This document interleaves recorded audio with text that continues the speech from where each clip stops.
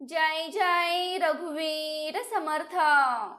नमस्कार प्रेमळ भक्तांनो, आपल्या चॅनेलवर तुमचं मनापासून स्वागत आहे। समर्थ तुमच्या सर्व चांगल्या इच्छा लवकरात लवकर पूर्ण करू देत आणि नेहमी तुम्हाला सुखात, आनंदात आणि हसत खेळत ठेवू देत, ही समर्थांच्या चरणी मनापासून प्रार्थना।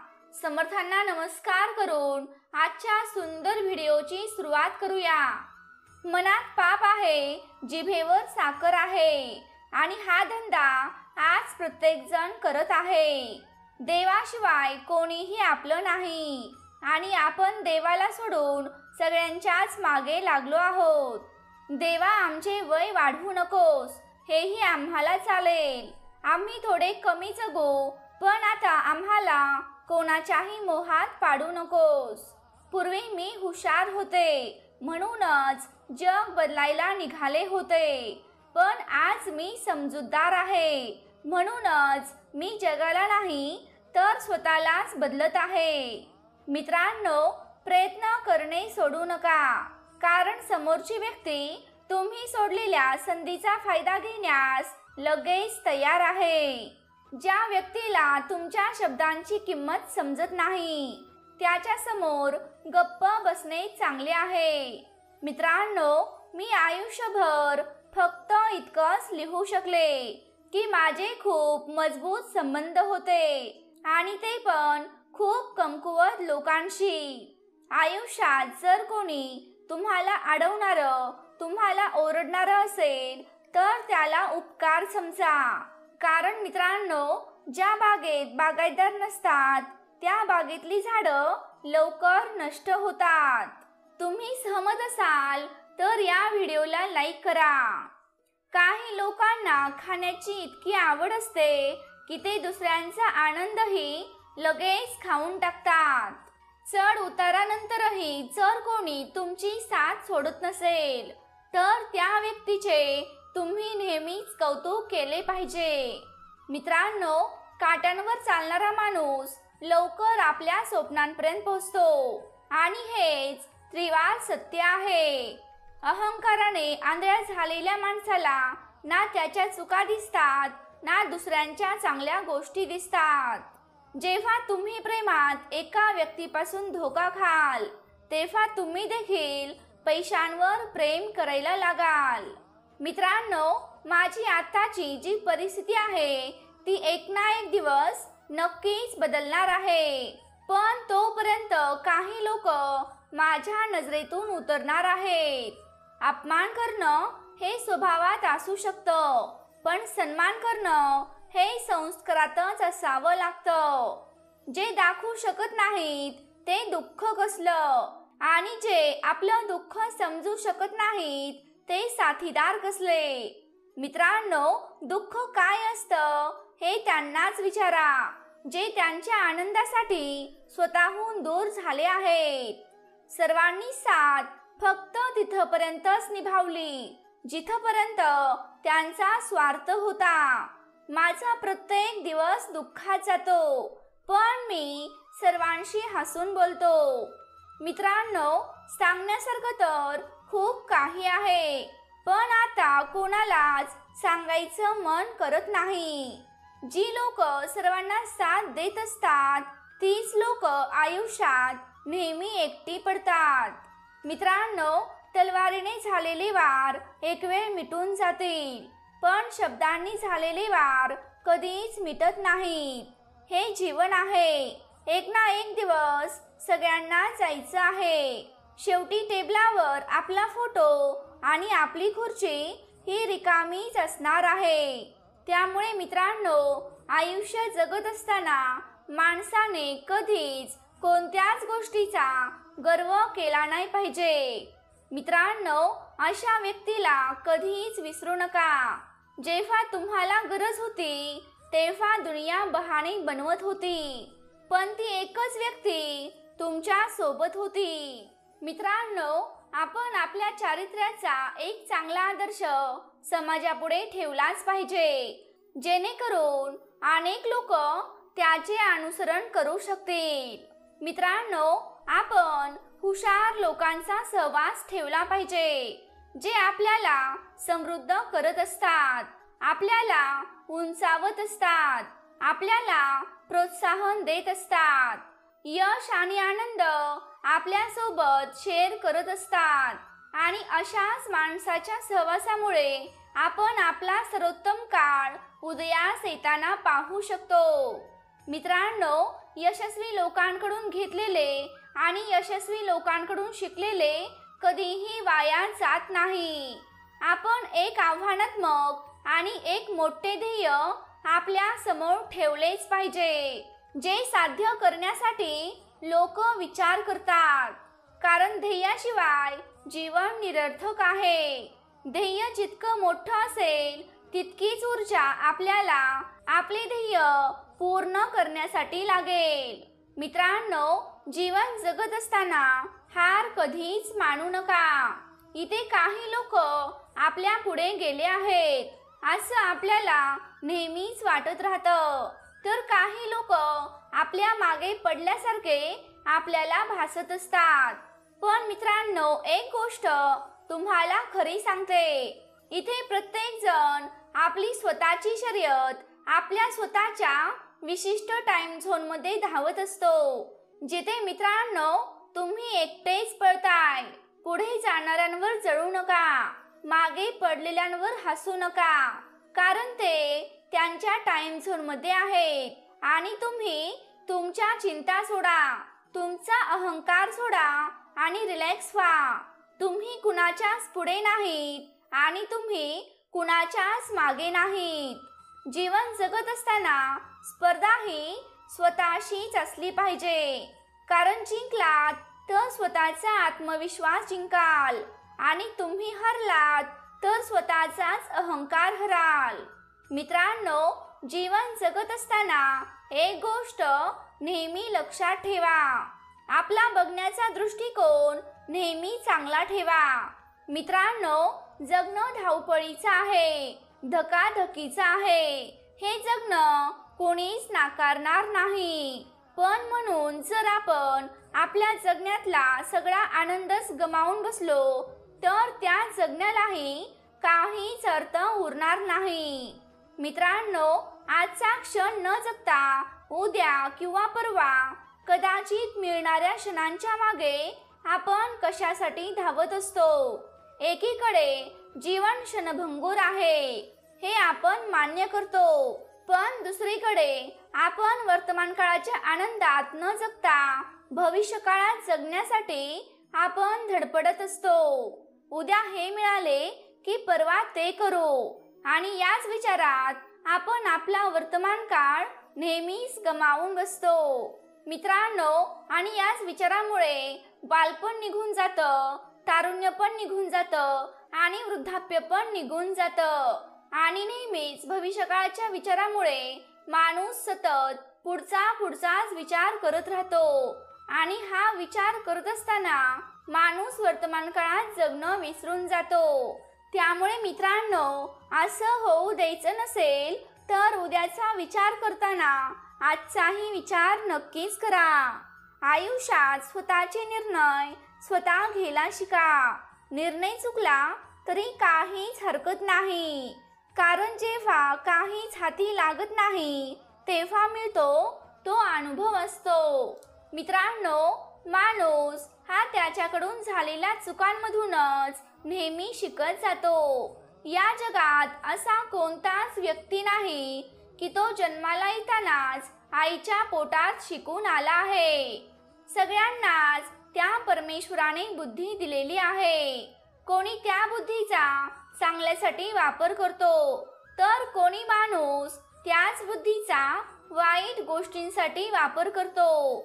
म्हणूनच त्या परमेश्वराने आपल्याला दिलेल्या बुद्धीचा वापर आपण चांगला करणे हाच आपल्या जगण्याचा उद्देश असला पाहिजे.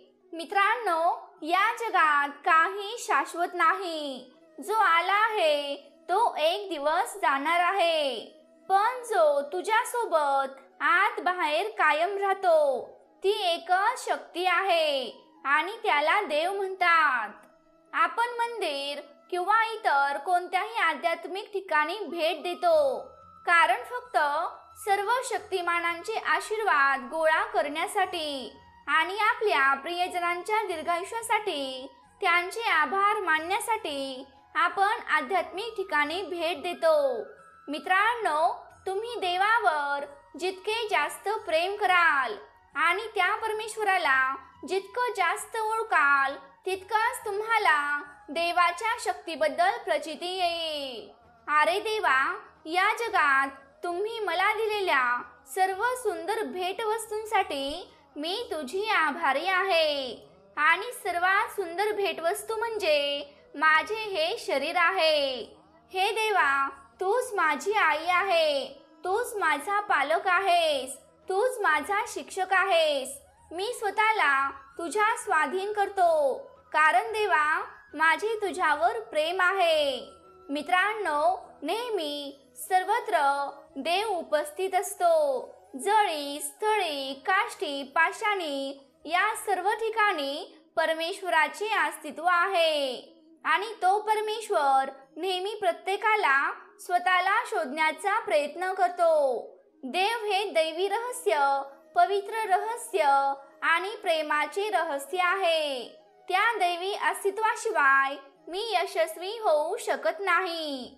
देव ही एकमेव शक्ती आहे, जी माझी स्वतःची सावली कुठेही नसतानाही मला कधीही सोडत नाही. त्या परमेश्वराने हे सभोवतालचे जग निर्माण केले आहे आणि म्हणूनच आपण रस्त्यावरून कधीच खूप दूर पाहू शकणार नाही. हे देवा, जर मी माझी आशा गमावली तर मला तू आठवण करून दे की तुझ्या योजना माझ्या स्वप्नांपेक्षा सुद्धा खूप खूप चांगल्या आहेत. आणि देवा, तूच माझ्या विश्वासाचा पाया आहे. मला जीवनात तारणारा तू खडक आहेस आणि माझ्या जीवनाचा तूच कोनशिला आहेस. देव हा प्रकाश आहे, जो अंधारावर प्रकाश टाकतो. देव हे प्रेम आहे, जो भीतीवर विजय मिळवतो. देव ही आशा आहे, जी आपल्याला मेहनतीसाठी प्रेरित करते. देव सर्व शक्तींचा स्तोत्र आहे, सर्व आशीर्वादांचा दाता आहे. देव हा विश्वाचा निर्माता आहे, आपल्या जीवनाचा तोच पालन करता आहे आणि सर्व गोष्टींचा तो शासक आहे. मित्रांनो, देव चमत्कारी कार्यकर्ता आहे, मरणाऱ्याला जीवदान देणारा आहे आणि तोच या जगाला तारणारा आहे. देव हे ज्ञान आहे, जे आपल्याला मार्गदर्शन करते. देव हे सत्य आहे, जे आपल्याला मुक्त करते. आणि देव हे प्रेम आहे.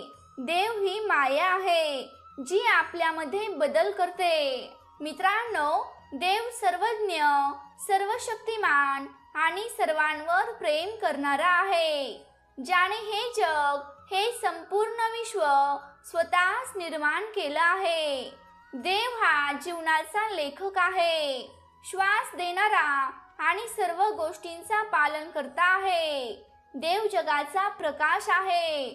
मित्रांनो, सर्वांची एक आशा आहे आणि त्याच्यावर विश्वास ठेवणाऱ्या प्रत्येकाला तो देव तारणारा आहे.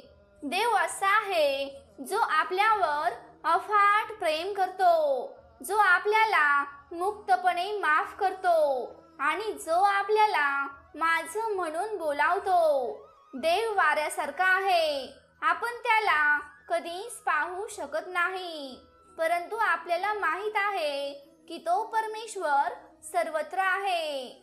देवाने आपल्याला दोन हात दिले आहेत, एक स्वीकारण्यासाठी आणि दुसरा देण्यासाठी. मित्रांनो, देव महान आहे. तो चांगल्या गोष्टी करतो आणि तो जे काही करतो ते कारणास्तव करतो.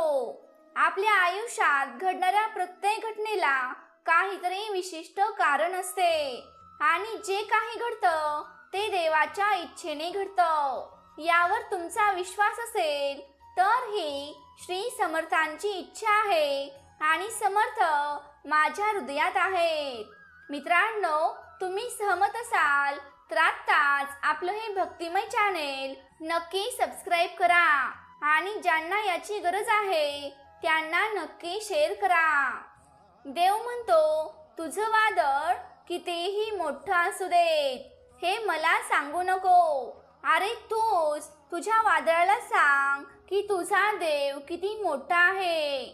मित्रांनो, जेव्हा आपण प्रार्थना करतो तेव्हा देवाला आपण बोलतो, त्यापेक्षा तो परमेश्वर आपलं जास्त ऐकतो. आपण विचारतो त्यापेक्षा तो आपल्याला जास्त उत्तरे देतो. आपल्या कल्पनेपेक्षा आपल्याला जास्त देतो.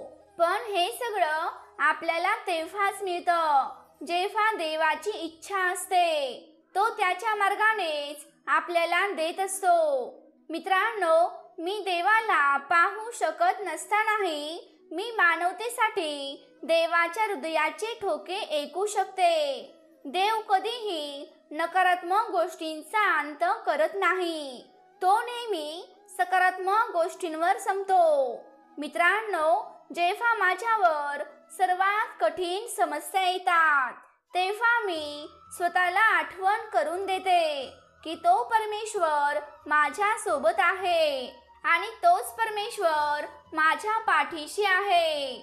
मित्रांनो, तुम्ही जर या मताशी सहमत असाल तर या व्हिडिओला लाईक करा.